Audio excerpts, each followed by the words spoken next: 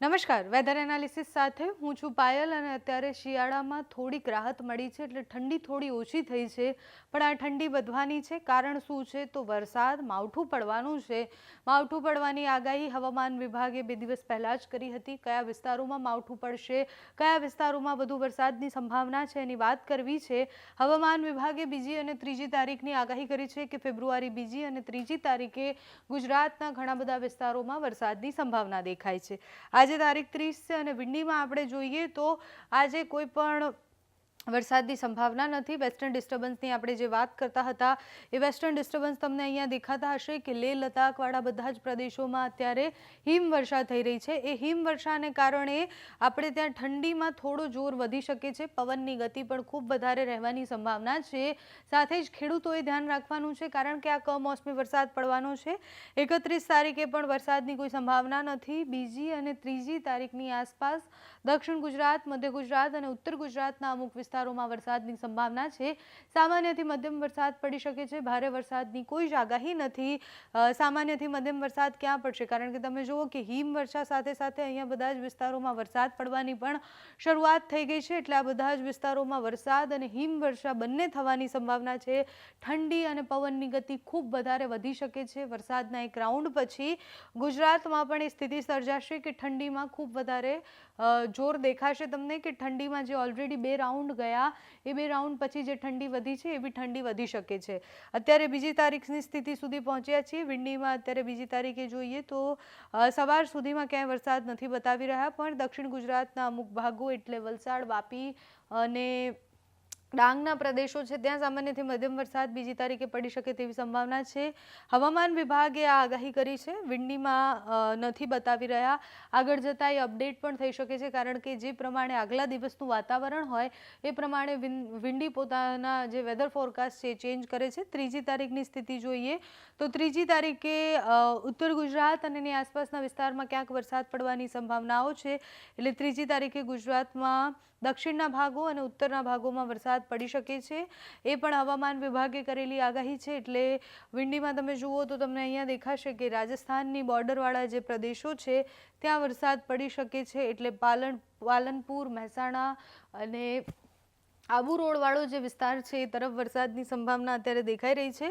બાકી ક્યાંય વરસાદની સંભાવના નથી દેખાતી. મધ્ય ગુજરાતમાં વરસાદ પડી શકે છે. અમુક વિસ્તારોમાં પડશે.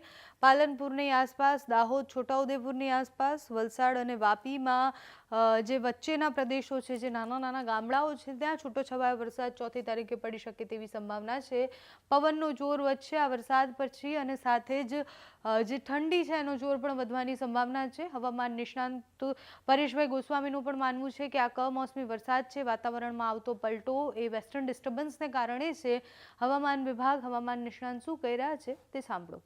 કે આવનારા દિવસમાં માવઠું થવાનું છે અને એ માવઠું પણ ફેબ્રુઆરીના પ્રથમ અઠવાડિયામાં એટલે કે 3, 4 અને 5 ફેબ્રુઆરી એમ 3 દિવસ સુધી રાજ્યની અંદર એ માવઠાની અસર રહેવાની છે. જોકે દરેક વિસ્તારની અંદર 3 દિવસ જોવા ન મળે પણ 3 તારીખે અમુક વિસ્તારમાં હોય, 4 તારીખે બીજા વિસ્તારમાં હોય, 5 તારીખે ત્રીજા વિસ્તારમાં હોય એવી રીતે થવાનું છે. આ માવઠું છે એ ઉત્તર ગુજરાત, કચ્છના અમુક ભાગો, મધ્ય ગુજરાત અને સૌરાષ્ટ્રની અંદર થશે.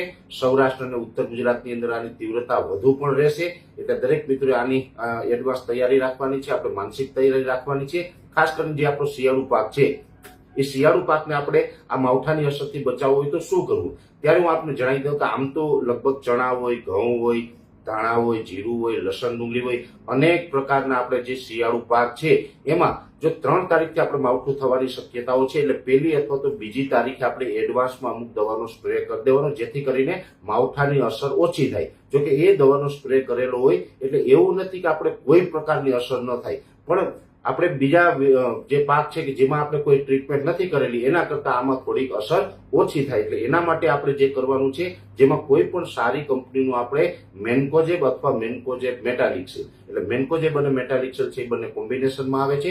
દરેક કંપની બનાવે છે. કોઈ સારી કંપનીનું લઈ લેવાનું અથવા તો એકલું મેન્કોજેબ પણ આપણે વાપરી શકીએ છીએ. એટલે મેન્કોજેબ અથવા મેન્કોજેબ મેટાલિક્સિલ આ જે વસ્તુ આવે છે એ આપણે લઈ લેવાની છે. એની સાથોસાથ આપણે વાપરવાનું છે જે સ્ટીકર એટલે કે જેને આપણે સ્ટિકિંગ એजेंट કહીએ છીએ. तो असर अभी नहीं दिख रहा है, बाद में आप अपडेट करेंगे. इनकेस कुछ असर रहेगा हमारा राज्य के ऊपर तब हम बाद में अपडेट करेंगे. तो वो जो बारिश की इंटेंसिटी कम हो रही है उसका क्या कारण है? अभी देखो सिस्टम जो मेट्रोलॉजिकल सिस्टम वो डायनामिक है। अभी में इंटेंसिटी कभी बढ़ता है कभी कमता है, वो डायनामिक है। इसके लिए हम मतलब नेचर के ऊपर ही डिपेंड है। नहीं अभी तो विंटर ख़त्म नहीं बोल सकते हैं। अभी हमारा जो IMD की डेफिनेशन है जनवरी फरवरी महीना विंटर सीजन है। अभी देखिए WD पीछे आ रहे हैं, 2 WD आ रहे हैं नॉर्थ वेस्ट इंडिया में इम्पैक्ट करेंगे, तो उसके टाइम फिर उसके बाद टेम्परेचर फिर डाउन हो सकते हैं। अभी NLC में हम दे रहे हैं टेम्परेचर